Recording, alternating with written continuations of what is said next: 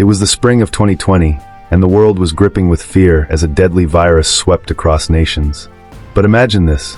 You're trapped on a nuclear-powered aircraft carrier in the middle of the Pacific Ocean.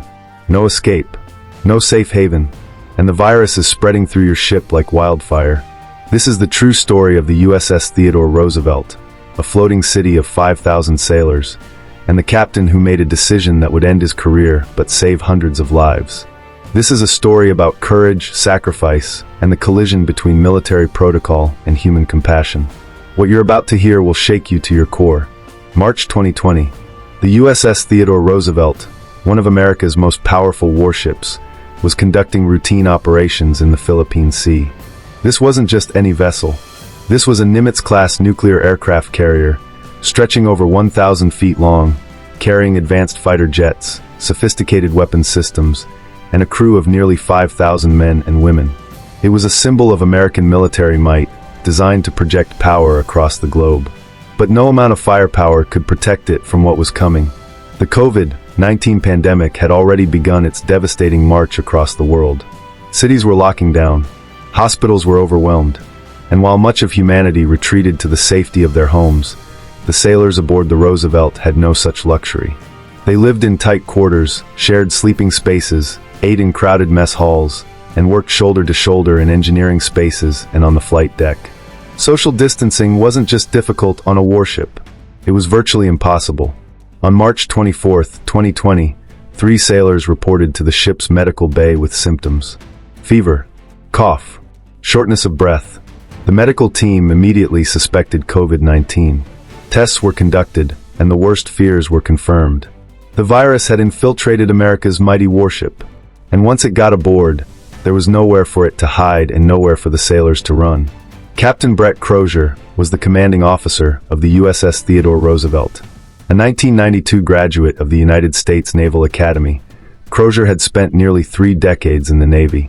He was an experienced naval aviator, a tested leader, and someone who had dedicated his entire adult life to serving his country. He had commanded fighter squadrons, served in combat zones, and earned the respect of everyone who served under him. But nothing in his extensive training had prepared him for the crisis he now faced. As the positive cases mounted, Captain Crozier watched the nightmare unfold in real time. 1 case became 3. 3 became 8. 8 became 30. The virus was spreading exponentially, and the ship's cramped conditions were creating a perfect breeding ground for disaster. Sailors bunked in berthing areas with dozens of others. They shared bathrooms, passageways, and workspaces. The ventilation systems, designed for a warship, not a pandemic, circulated air throughout the vessel, potentially carrying viral particles with it. Crozier knew the science. He understood how respiratory viruses spread, and he could see that his ship was about to become a floating petri dish. He immediately implemented every protocol available to him. Temperature checks, quarantine procedures, enhanced cleaning. But these measures, while important, were like trying to stop a flood with a bucket. The ship simply wasn't designed for this kind of threat. By late March, the situation was spiraling. More sailors were falling ill every day. The ship's medical facilities, designed to handle combat casualties and routine illnesses, were overwhelmed. And Crozier was facing an impossible equation. He had a mission to complete, a critical component of America's military readiness in the Indo-Pacific region. But he also had a responsibility to protect his crew. These weren't just numbers on a roster. These were young men and women who had volunteered to serve their country, who had families waiting for them at home, who had put their trust in him to keep them safe. The captain sent urgent messages up his chain of command. He requested assistance. He asked for guidance. He pleaded for permission to evacuate the ship and get his sailors to safety. But the response from higher headquarters was slow and, in Crozier's view, insufficient. The military bureaucracy, with its layers of approval and competing priorities, seemed unable to grasp the urgency of the situation. Days passed. The case count continued to climb, and Crozier felt increasingly desperate and isolated. On March 30th, 2020, Captain Brett Crozier made a decision that would change his life forever. He sat down at his computer and wrote a 4-page letter. It wasn't addressed to the media. It wasn't meant for public consumption, but it was a detailed, passionate, and urgent plea for help. He addressed it to multiple recipients in his chain of command, including his immediate superiors and several dozen people in the Navy's leadership structure. In the letter, he laid out the crisis in stark terms. He wrote that the spread of the disease was ongoing and accelerating. He explained that removing all personnel from the ship, except for a skeleton crew essential for reactor safety and security, was a necessary risk. He stated clearly that sailors did not need to die, and that if the Navy didn't act now, they were failing to properly take care of their most trusted asset, the sailors. The letter was direct, urgent, and emotional. It broke from the typical formal military communication style, and it was exactly that raw honesty that would make it so explosive. Crozier sent the letter through official Navy communication channels, but he also copied it to a broad distribution list, somewhere between 20 and 30 people.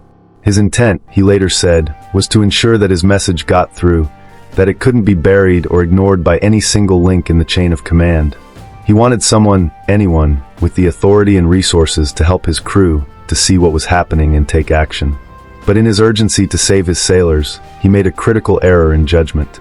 He didn't classify the letter, and he sent it to a wide enough distribution that it was almost inevitable it would leak. And leak it did. Within days, the letter appeared in the San Francisco Chronicle. The newspaper published its contents, and suddenly the world knew about the crisis aboard the USS Theodore Roosevelt. The story exploded across media outlets. Cable news ran it as breaking news. Newspapers put it on their front pages. Social media erupted with debate. Some hailed Crozier as a hero, a captain who put his crew above his career. Others criticized him for breaking the chain of command and potentially compromising operational security. The reaction within the Pentagon was swift and severe. Navy leaders were blindsided. The Secretary of the Navy, Thomas Modly, was furious. From the Pentagon's perspective, Crozier had created a public relations disaster, potentially emboldened America's adversaries by revealing a weakness in the fleet, and violated the fundamental military principle of respecting the chain of command. The fact that his concerns were legitimate, that his sailors were genuinely at risk, seemed to matter less than the way he had raised those concerns.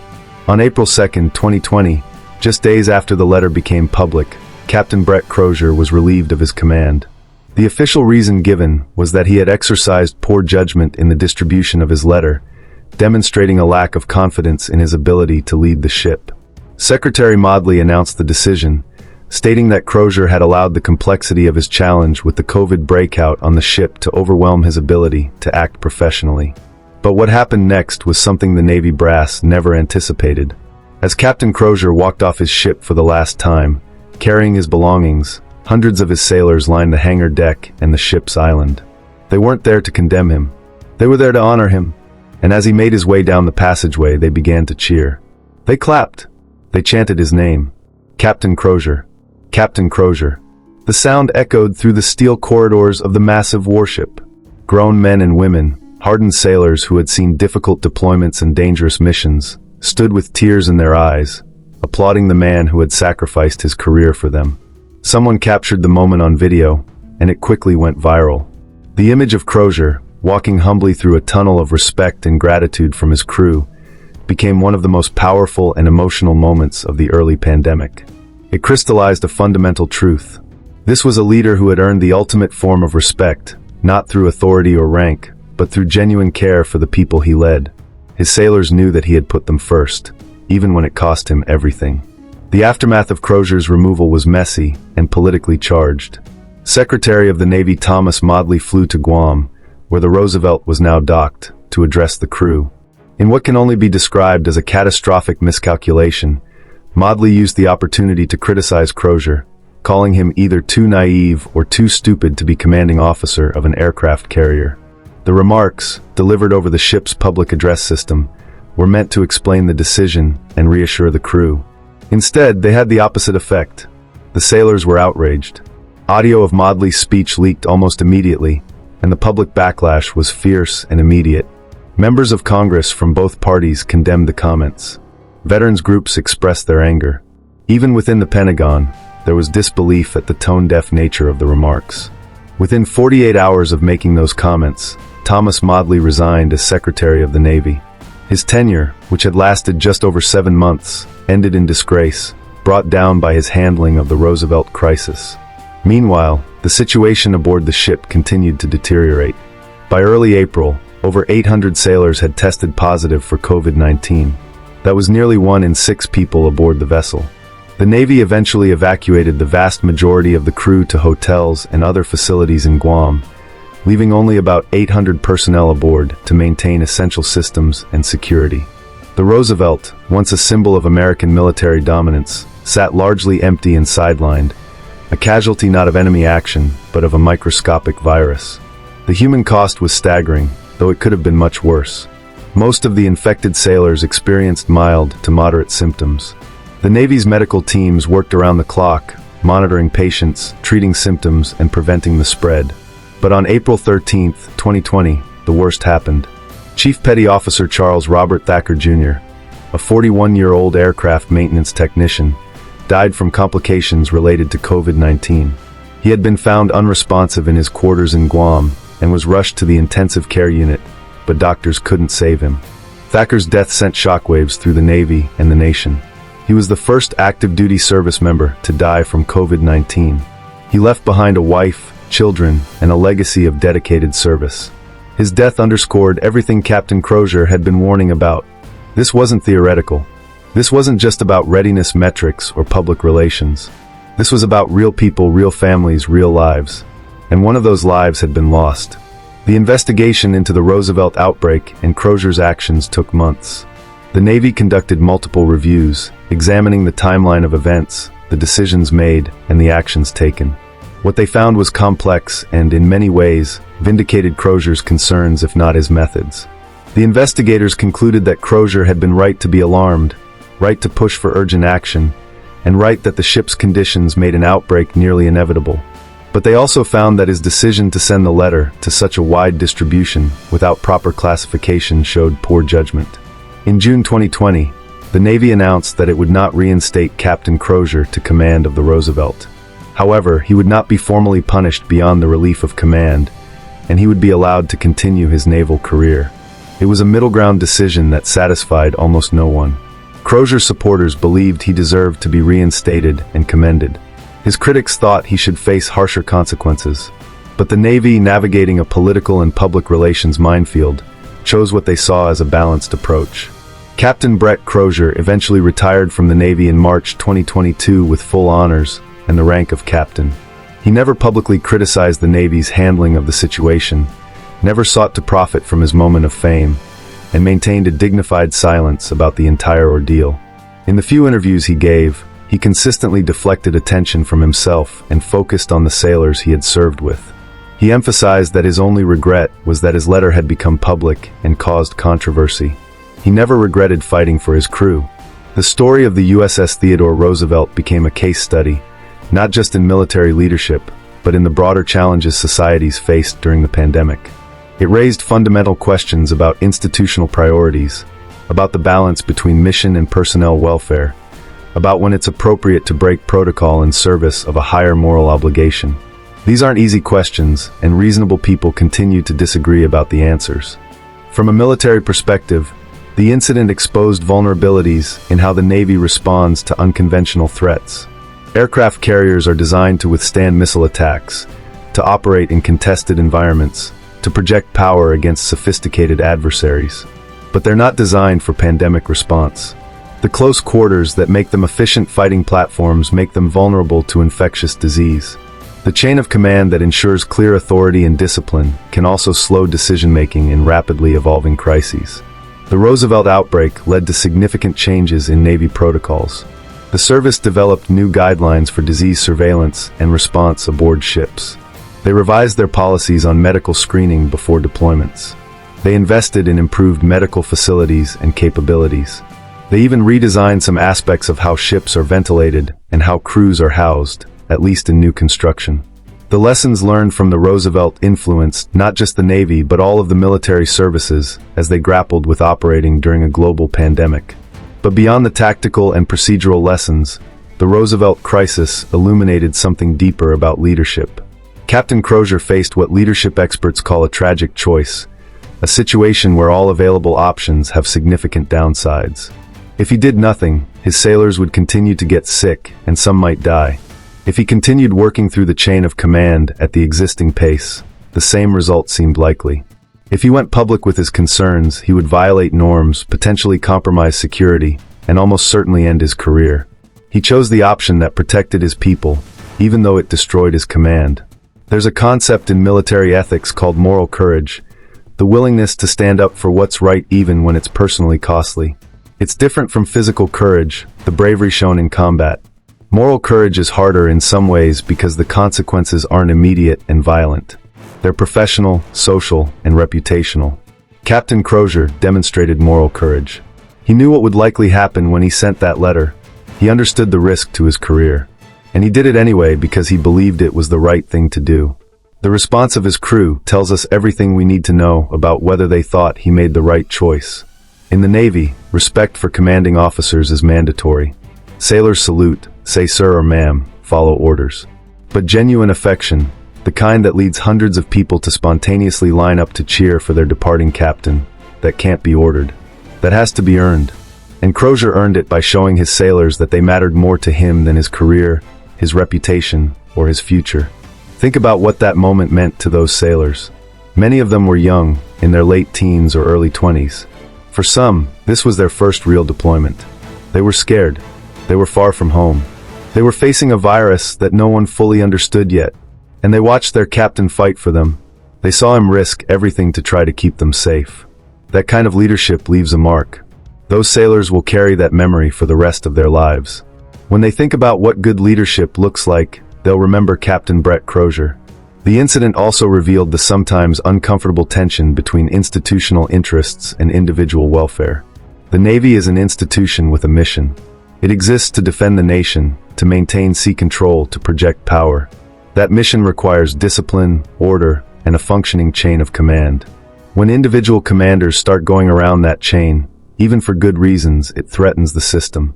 From the institution's perspective, Crozier's actions were dangerous precedent. What if every commander who disagreed with higher headquarters started sending letters to dozens of people? How could the Navy function? But individuals, those 5,000 sailors on the Roosevelt, aren't abstractions. They're sons and daughters. Husbands and wives, mothers and fathers. They have hopes, dreams, people who love them. When institutional processes move too slowly or prioritize the wrong things, real people suffer. Captain Crozier looked at the institution's response and judged it insufficient. He made a human calculation. These people are in danger.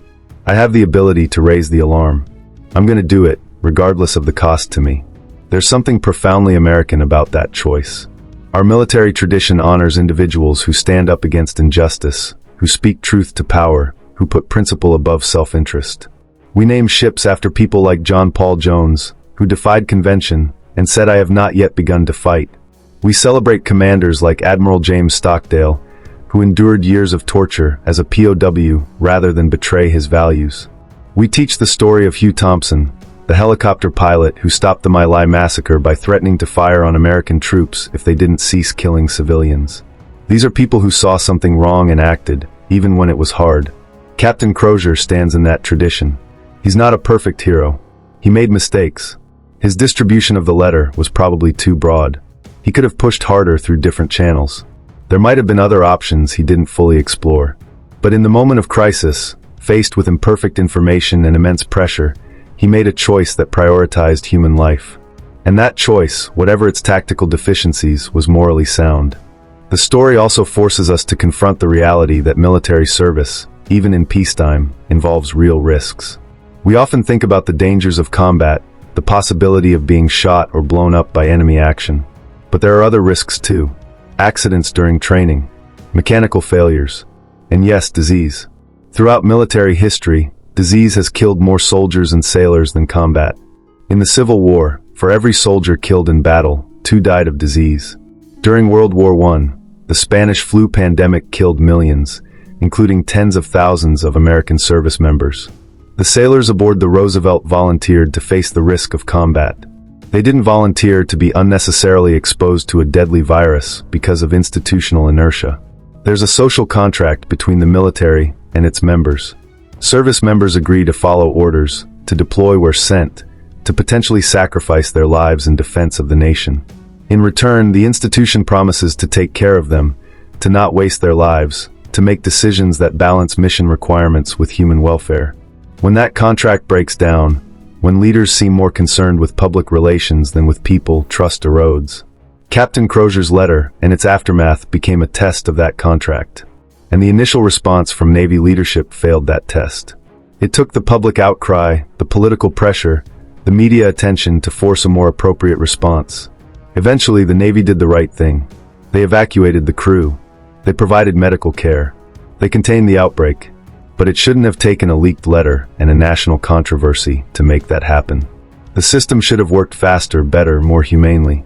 The Theodore Roosevelt eventually returned to service. After weeks of deep cleaning, contact tracing, and quarantine procedures, the crew gradually returned to the ship. By late May 2020, the carrier was ready for sea trials. In June, it left Guam and resumed operations in the Pacific.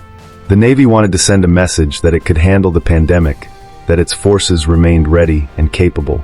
And in fairness, the Roosevelt's return to service was a testament to the resilience of both the ship and its sailors. But the ship that went back to sea was different from the one that had pulled into Guam weeks earlier. The crew had been through a crucible. They had seen their captain fired for defending them. They had watched shipmates get sick. They had lost one of their own. They had been at the center of a national controversy and a political firestorm. Those experiences changed them. Many of the sailors who served on the Roosevelt during the outbreak say it was the defining experience of their naval careers, more impactful even than combat deployments. There's something about shared hardship that bonds people together. The Roosevelt crew went through something extraordinary, and they went through it together. They supported each other through quarantine. They mourned Chief Petty Officer Thacker together. They stood together when they sent Captain Crozier off the ship. That shared experience created a unique culture aboard that vessel, a sense of identity and pride that persists to this day. Roosevelt sailors from that period have a special connection, a mutual understanding that transcends normal naval camaraderie. Looking back from our perspective now, several years after these events, we can see the Roosevelt outbreak in a broader context. It was one of the first major military units to face a significant COVID outbreak, but it wasn't the last. The virus eventually spread through military bases, training facilities, and deployed units around the world. The Department of Defense reported hundreds of thousands of cases among service members over the course of the pandemic. The military had to adapt every aspect of its operations, from basic training to combat deployments to daily life on installations. The lessons from the Roosevelt informed many of those adaptations. The Navy in particular took what it learned and applied it across the fleet. Other carriers implemented more aggressive screening before sailors came aboard. The service developed better protocols for isolation and quarantine in shipboard environments. They improved their testing capabilities and medical response procedures. None of these changes could eliminate the risk entirely, but they reduced it significantly. Later outbreaks on other ships were generally smaller and better contained than what happened on the Roosevelt. The incident also had lasting effects on naval leadership culture. It became a case study at the Naval War College and other military education institutions. Officers studied the decisions made at every level, from Captain Crozier's choice to send the letter, to the chain of command's initial response, to Secretary Maudley's disastrous speech. The discussions in these classrooms weren't simple. There was no clear right answer to what should have been done. But wrestling with those complexities helped develop a generation of officers who thought more deeply about the balance between following protocol and doing what's right. One of the most interesting aspects of the whole affair was how it revealed different perspectives on what military leadership should look like. To some, a good commander is someone who follows orders, respects the chain of command, and maintains discipline above all else. From this perspective, Crozier's actions were insubordinate and unprofessional, regardless of his intentions. To others, a good commander is someone who takes care of their people first, who has the moral courage to speak up when necessary, who puts human welfare above bureaucratic niceties. From this perspective, Crozier was exactly the kind of leader the military should want. Both perspectives have validity. The military does need discipline and order. It does need leaders who can follow lawful orders even when they disagree. But it also needs leaders with independent judgment who can recognize when the system isn't working and have the courage to challenge it.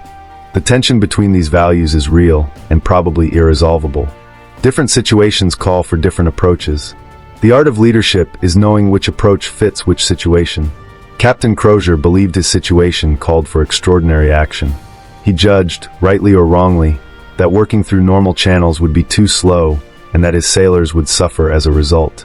He made a choice to prioritize their immediate welfare over procedural correctness. History will judge whether that was the right call, but his sailors already rendered their verdict. They honored him. They respected him. They loved him. And in the end, isn't that what leadership is really about? Not titles or promotions or awards, but the impact you have on the people you lead.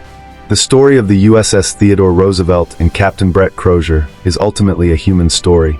It's about fear and courage, about difficult choices made under pressure, about the consequences of standing up for what you believe in. It's about 5,000 sailors facing an invisible enemy in close quarters with nowhere to run. It's about a captain who looked at an impossible situation and decided that protecting his people mattered more than protecting his career. It's about a system that initially failed to respond adequately and the public outcry that forced a better response. These events took place during one of the most challenging periods in modern history. The spring of 2020 was a time of enormous uncertainty and fear. No one knew how deadly COVID-19 would ultimately be. Hospitals were overwhelmed. The death toll was climbing daily.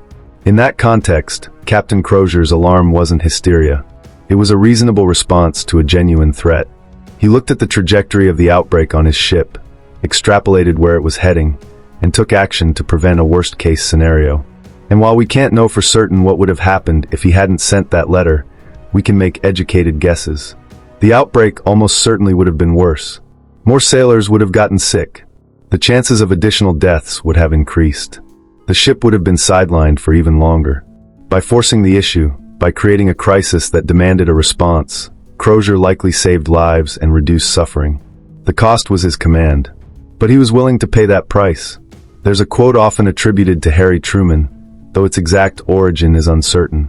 It goes something like this: "It's amazing what you can accomplish if you don't care who gets the credit." Captain Crozier embodied that principle. He didn't send his letter to make himself look good. He didn't seek publicity or recognition.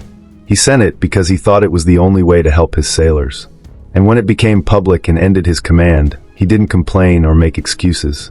He accepted the consequences and moved on. That kind of selfless leadership is rare and precious.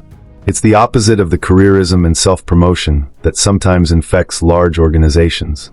Crozier had every incentive to protect his career, to not rock the boat, to trust the system even when it seemed to be failing. He was close to retirement with full benefits. He had been on track for promotion. He could have played it safe, but he didn't. He risked it all for people who couldn't protect themselves. That's heroism, even if it doesn't look like the Hollywood version with explosions and dramatic music. The sailors who served under him understood that. When they lined up to cheer for him as he left the ship, they were acknowledging a debt. He had fought for them. He had put them first. He had shown them what it meant to lead with integrity and courage. Many of them will spend the rest of their lives trying to live up to that example. Some will become leaders themselves in the military or in civilian life. And when they face their own difficult decisions, they'll remember the captain who chose his people over his career. The Roosevelt outbreak also reminds us that military readiness isn't just about weapons and training. It's about taking care of people. A military force is only as effective as its people are healthy, motivated, and confident in their leaders. When service members see their leadership failing to protect them, morale suffers. Trust erodes. Effectiveness declines. The Navy's initial handling of the Roosevelt crisis risked all of that. It took Captain Crozier's dramatic action and the subsequent public reaction to get things back on track. There's a broader lesson here about institutions and reform. Large organizations, whether military, corporate, or governmental, tend toward inertia. They have established procedures and cultures. Changing them is hard. It usually takes a crisis, a shock to the system, to force meaningful change. The Roosevelt outbreak was that kind of shock for the Navy. It exposed weaknesses in their pandemic planning and response. It revealed gaps in their leadership culture, and it created an opportunity for reflection and improvement. Whether the Navy fully seized that opportunity is still being debated. Some reforms were implemented. Some lessons were learned. But institutional change is slow and often incomplete. There are probably still vulnerabilities in how the Navy would handle a similar crisis today. There are probably still cultural issues around when it's appropriate to challenge the chain of command. The work of improvement is never finished. Each generation has to wrestle with these questions anew. For Captain Brett Crozier, the story has largely ended. He's moved on with his life, away from the spotlight, away from the controversy. He served his country with honor for 3 decades. He made a choice that cost him his command, but likely saved lives. He earned the respect and admiration of the sailors he led. In the grand scheme of military history, he's a footnote. But for the people who served with him, for the families of the sailors he protected, he's so much more. His story challenges us to think about what we value in leaders. Do we value obedience above all? Or do we value moral courage? Do we prioritize institutional stability or individual welfare? These aren't easy questions, and the answers probably depend on context. But we should be asking them. We should be wrestling with them, because the next crisis is coming, and the next leaders will face their own impossible choices. The USS Theodore Roosevelt sails on. It's still one of the Navy's premier assets, still projecting American power across the world's oceans. The ship itself is just steel and machinery. What gives it meaning is the people who serve aboard it. Those people deserve leaders who will fight for them, who will take risks on their behalf, who will put their welfare first. Captain Brett Crozier was that kind of leader. The Navy lost something valuable when they lost him. As we close this story, think about the moment when those sailors cheered for their departing captain. Think about what it took to earn that kind of loyalty and respect. Think about the choice he made and the price he paid. And ask yourself, if you were in his position, what would you have done? Would you have had the courage to send that letter, knowing it would likely end your career? Or would you have hoped the system would eventually work, even as your people suffered? There's no judgment in that question. It's genuinely difficult. We all like to think we'd be heroes in crisis moments. But the reality is that heroism is hard, costly, and rare. Captain Brett Crozier showed us what it looks like. He showed us that sometimes doing the right thing means sacrificing everything. He showed us that true leadership isn't about rank or authority. It's about serving the people you lead, even when it destroys you. The COVID-19 pandemic tested all of us in different ways. For the sailors of the USS Theodore Roosevelt, it tested their resilience and their trust in leadership. For Captain Crozier, it tested his values and his courage. For the Navy, it tested their systems and their priorities. Some passed those tests. Some failed. But all of us came out changed, hopefully wiser, hopefully better prepared for the next challenge. This is the legacy of the USS Theodore Roosevelt outbreak. Not just a story about a virus on a ship, but a story about human courage, institutional failure and redemption, and the eternal question of what we owe each other. It's a story that will be studied, debated, and remembered for years to come. And at its center stands one man who made one choice that defined his life and saved others. Captain Brett Crozier. Remember that name. Remember what he did, and honor the sacrifice he made.